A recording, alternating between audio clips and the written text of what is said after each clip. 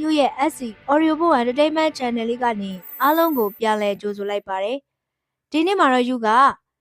ရဲ့တငယ်ချင်းတွေကဆရာတာယာမင်းဝေရဲ့ဝတ္ထုလေးတွေဖတ်ပြပါအောင်ဆိုလို့အားလုံးပဲမင်္ဂလာပါရှင်ယူရဲ့ SC Audio Book Entertainment Channel လေးကနေအားလုံးကိုပြန်လည်ကြိုဆိုလိုက်ပါတယ်။ဒီနေ့မှာတော့ယူရဲ့တငယ်ချင်းတွေကဆရာတာယာမင်းဝေရဲ့ဝတ္ထုလေးတွေဖတ်ပြပါအောင်ဆိုလို့ဆရာရဲ့ဝင်ကဘာကိုဖွင့်တဲ့တော့ဆိုတဲ့ဝတ္ထုလေးကိုအစအဆုံးတင်ဆက်ပေးဖို့ရွေးချယ်ထားပါတယ်ရှင်။ယူရဲ့ channel လေးကို support ပေးခြင်းနဲ့ဆိုရင်တော့ like and subscribe လေးလုပ်ခဲ့ပေးဖို့ယူကတောင်းဆိုလိုက်ရပါတယ်။နားတော်ရစင်တဲ့အခါမှာလဲ VPN လေးဖွင့်ပြီးနားဆင်ပေးဖို့ယူကတောင်းဆိုလိုက်ရပါတယ်ရှင်။ဆရာတာယာမင်းဝေရဲ့ဝင်ကဘာကိုဖွင့်တဲ့တော့ကြားစရာနားရှိသောသူတို့မြည်ဒီကားကြားပါစေရှင်မသေးကြမြည်တော့မြည်ပုံပြောရမည်မှန်းကိုပင်မသိတော့ကြလေအားဖြင့်တော့ထွက်သွားနိုင်သည်စကားအားဖြင့်တော့ပြည်ပြင်းမည်မဟုတ်ပါဇက်ဖြင့်လေးလေသည်ဟုအထင်ခံရရင်ခတ်အောင်မည်အဆက်ကိုအသက်ထက်တန်မိုးထားသူဖြစ်၍တက်ဆွတ်စံပြအားကျုံမှန်ကုန်ဟစ်အော်ထုတ်လိုက်၏ကိုပါသည်ဆိုပေမဲ့အမှန်တကယ်ကိုပါသည်မှမဟုတ်ပဲမှတ်တိုင်ပါတယ်ဗျအတန်ကအောင်သွားပါသည်သူ့အနားမှာလူသူပြိတ္တအချို့အနှဲငယ်ရှဲပေးကြ၏အပေါဝစီကိုရောက်ခံနေမှကိုယ့်ရဲ့စိုးသူနဲ့တိုးနေသည်ကဲလာမှတ်တိုင်ရောက်တော့မယ်ကိုလက်ကိုတယောက်ကလာဆွဲ၏သူကရှေ့မှနေ၍စင်းမိဟန်ပြုတ်သည်ရပါသည်ကိုကလည်းသူနဲ့အတူဆင်းလိုက်သွားရုံပေါ့သို့တော့ကိုလက်ကိုဖမ်းဆုပ်ထားသောသူ့လက်ကလေး၏နှွေးထွေးညင်သာမှုကိုတော့လိုက်ဖို့ခံစားရသည်ကဲဆင်းကြမယ်သူကပြောမှကားကလည်းရဲ့၏မှတ်တိုင်ဖြစ်နေ၍ပြီးတော့လဲဆင်းမဲ့သူပါနေသည်ဆို၍ကိုကြီးရေဟေးရက်ပေးမဲ့ကလေးရေဟူသောပုံစံမျိုးဖြင့်ရက်ပေးခြင်းဖြစ်၏မြည်တော့ပင်ဖြစ်စေကို့အနေနဲ့တော့လိုရာပန်းနိုင်ကိုရောက်ပါပြီရှေ့မှဆွဲခေါ်သူ၏အလိုကျနောက်မှလိုက်ပါသွားပြီးမဟာပထဝီမြေကြီးပေါ်သို့ကျင်းနှချောင်းကိုတောက်ထောက်၍ရောက်ခဲ့ရပါပြီကိုကလည်းမဟန့်ရပါပဲနဲ့သူ့ဘာသာဝူးကနေမောင်းထွက်သွားသောကားကြီးကိုနောက်မှငေးမောကြည့်မိပြီးကိုကားပေါ်မှဆွဲချပေးပေါ်ရသူကျေးဇူးရှင်ကိုလှမ်းကြည့်မိသည့်အချိန်မှာဟုတ်တော့စုပ်ထားသည့်လက်ကိုကြည့်လိုက်ကိုမျက်နှာကိုကြည့်လိုက်နဲ့သူ့ဘာသာအတော်အံ့ဩသင့်သွားပုံရသည်လက်ကိုကြပြလွှတ်လိုက်ပြီးဟာရှေ့ပါတော့ဗျာသူ့စကားကြီးကဘလို့ကြီးမှလည်းမသိဗျာဘာအောင်မေးတာတော့သဲစုဖြိုးကဘာမှတော့ဘေးကသဲစုဖြိုးတော့ကျမလက်ဆွဲခေါ်လာတဲ့သဲစုဖြိုးလေသိပါဦးခင်ဗျာလက်ဆွဲခေါ်လာတာကျွန်တော်လေအိုးရှင်တောက်တိတောက်တဲ့အိုးဗျာတောက်တိတောက်တဲ့သူမဒေါကန်လေသည်ထိုကားကြမှပင်သူ့လှကိုသတိထားမိလေသည်မျက်လုံးမျက်ကုံးနှင့်နှကမ်းပါးလေးများကအလွန်လှသည်ဘာမှမဟုတ်သလိုနှင့်နေရာကောင်းရထား၍ဈေးကြီးဝင်နေသောစပယ်တင်မဲ့ကလည်းအထင်ကရဟုတ်တာတော့ဟုတ်နေပါပြီဘာဟုတ်တာလဲမဟုတ်ပါဘူးခမရတော်လှတာပဲလို့စိတ်ကူးမိတာပါကျမလှတာကိုရှင်စိတ်ကူးတယ်ဟုတ်လားအာအဲ့လိုကြီးတော့ဘယ်ဟုတ်ပါမလဲဒီကောင်မလေးလှသားဟလို့တွေးမိတာပေါ့အဲ့ဒါဆိုသဲစုဖြိုးကဗမာတော့ဟင်းဘာဆိုင်လို့လဲဘေးကသဲစုဖြိုးလဲကျွန်တော်နဲ့မှမသိတာဒါဆိုခုသဲစုဖြိုးကဗမာလဲယောဒုက္ခပါပဲဘာဒုက္ခလဲမဟုတ်ဘူးလေဒီမှတ်တိုင်မှာဆင်းမယ်ဆိုတာကို तू ကမသိဘူးလားမှတ်တိုင်နာမည်ကိုတော့သိတာပေါ့ဒီမှတ်တိုင်မှန်းတော့မသိဘူး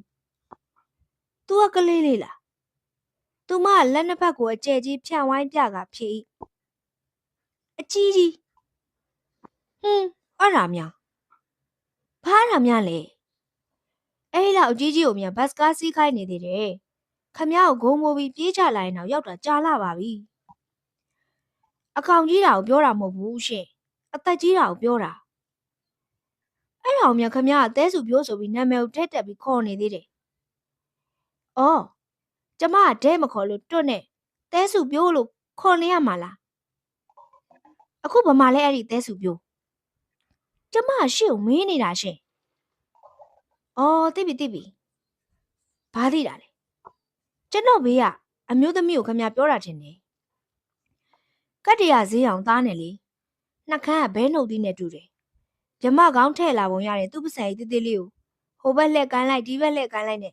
ဟုတ်တယ်မလားအခြေအနေပေးရင်ပေးတယ်လို့ဂျိုင်းကြားမှလည်းညှက်လိုက်သေးတယ်သူကပုတ်ထိုင်းဆိုတော့ပတ်စံအိတ်ကလည်းမသိတာဘူးလေရှင်မင်းကလေးတယောက်ကိုဒီလောက်မှုကြိုးပြကြုံပြောပါနဲ့အဲ့ဒါထားပါအောင်ကျွန်တော်ခုနကပြောတဲ့အမျိုးသမီးမဟုတ်ဘူးလားဟုတ်တယ်အဲ့ဒါဗောခမရကသူ့လက်ကိုတဲမဆွဲပဲကျွန်တော်လက်ကိုတွတ်ဆွဲလိုက်မိတာ哦ကျွန်တော်လည်းဦးကြောင်ကြောင်နဲ့ပါလာရတာဗောအဲ့ဒါကြီးထားပါတော့အခုရှင်ဘလို့ပြန်လုပ်ပေးမလဲဘာဘလို့ပြန်လုပ်ပေးရမှာလဲတဲစုဖြိုးကိုဘလို့ပြန်ခေါ်ပေးမလဲ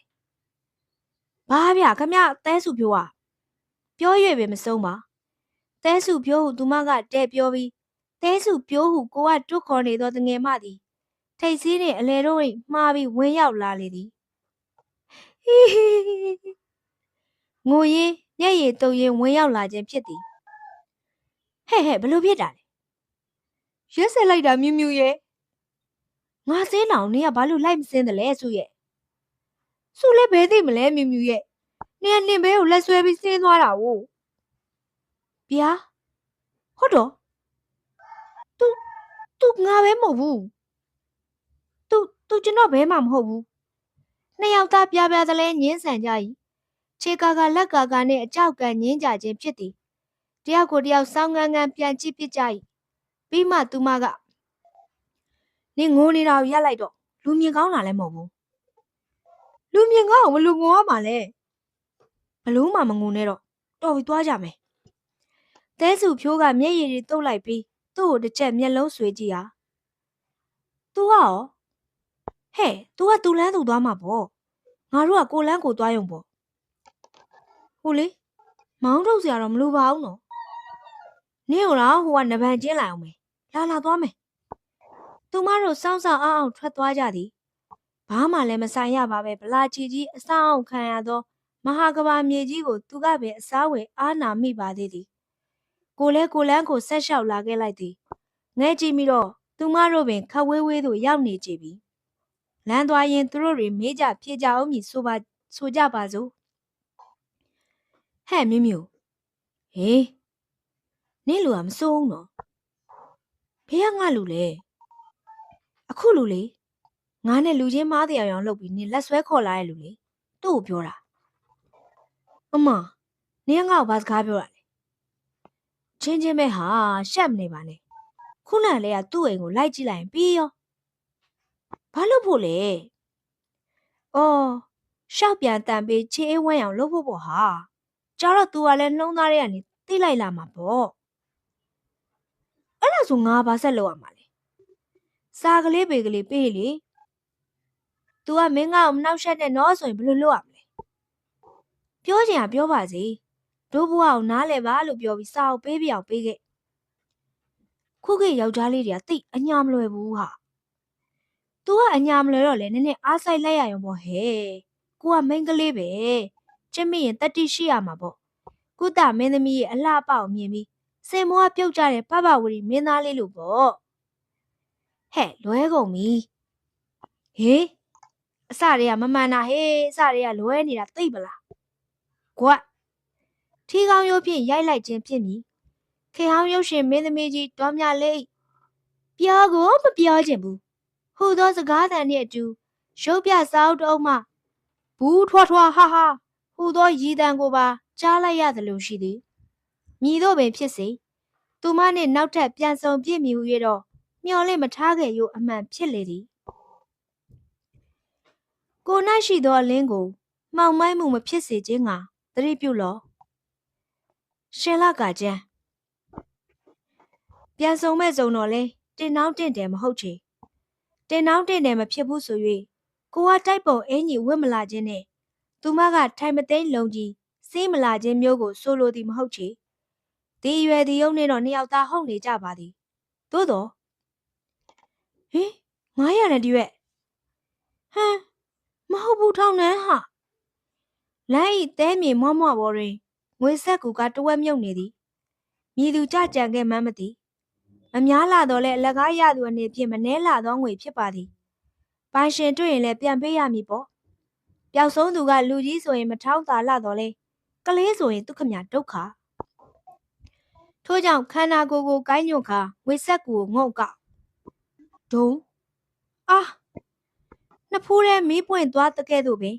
ငယ်ရိတ်တော်နာသွားသည်သူ့လိုပဲပတ်စံကုန်းကောက်သူတယောက်နှင့်ခေါင်းချင်းဝင်ဆိုင်ဝင်တိုက်မိခြင်းဖြစ်သည်နှစ်ဖူးကိုလက်နှင့်ပုတ်ရင်မောကြည့်လိုက်တော့ခမရကိုကပါဇက်မှတအံတော်အတန်ထွက်ရေးရွမိတော့လဲသူကဘာမှမပြော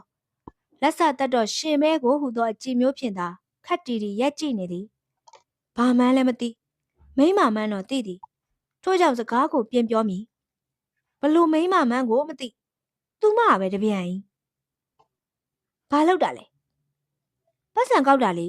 အဲ့ဒါဘာဖြစ်လဲခမည်းလိုပဲပတ်စံကုန်းကောက်တာပေါ့ဟဲမတူကျမထိုင်ကောက်တာရှင့်လိုကုန်းမကောက်ဘူးသူမဘာပြန်ပြောရမှန်းမသိဖြစ်သွားသည်ဒီကောင်မလေးနဲ့စကားပြောရသည်ကလက်ပေါက်ကတ်တက်မှန်သိရနဲ့ကဲထားပါတော့ဒီပတ်စံခမည်းပတ်စံလား